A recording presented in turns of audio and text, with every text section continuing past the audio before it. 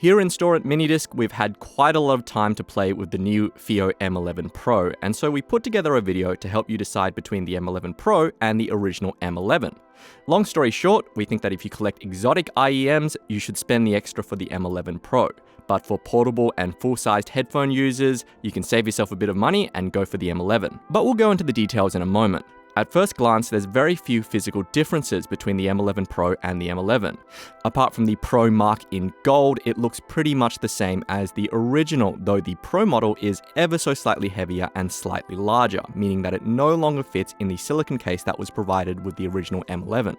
No silicone case is provided with the M11 Pro, and that's not the only thing that has been removed.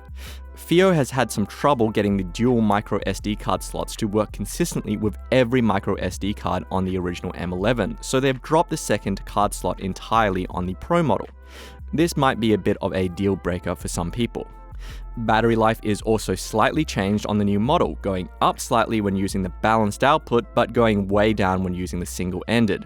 So why is this the Pro model? Well, this can be pretty much explained with 3 letters, and they are printed right on the box, THX. The Fiio M11 Pro features an improved amplifier chip with a THX AAA package, and while the Fiio M11 Pro also features dual upgraded AKM DACs, it's this THX amplifier that everyone is getting most excited about. For us, the big reason to get excited about the THX amp is it has almost halved the noise floor on the M11 Pro compared to the M11.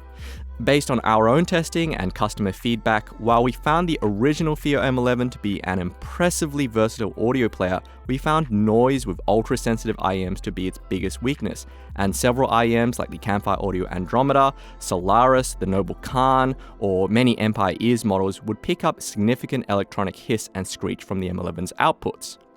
This issue is mostly gone on the M11 Pro. We simply couldn't hear the noise floor on the single-ended output of the M11 Pro in our listening environment, while noise on the balanced output is vastly improved. So that overall noise floor on the M11 Pro now matches other high-performance players. Now don't get me wrong, there are many IEMs that will not hiss on the original M11, but if you think you might end up picking up all sorts of IEMs along the way, then the M11 Pro is a little more future-proof. Other than the improved noise performance, we found there wasn't much difference in sound compared to the original M11, so if you aren't in the habit of collecting exotic earphones, we think the M11 still represents the better value unit, especially with the included silicone case and dual SD card slots. Let us know in the comments which one you would choose. This is Lachlan from Minidisc TV, and we'll see you next time.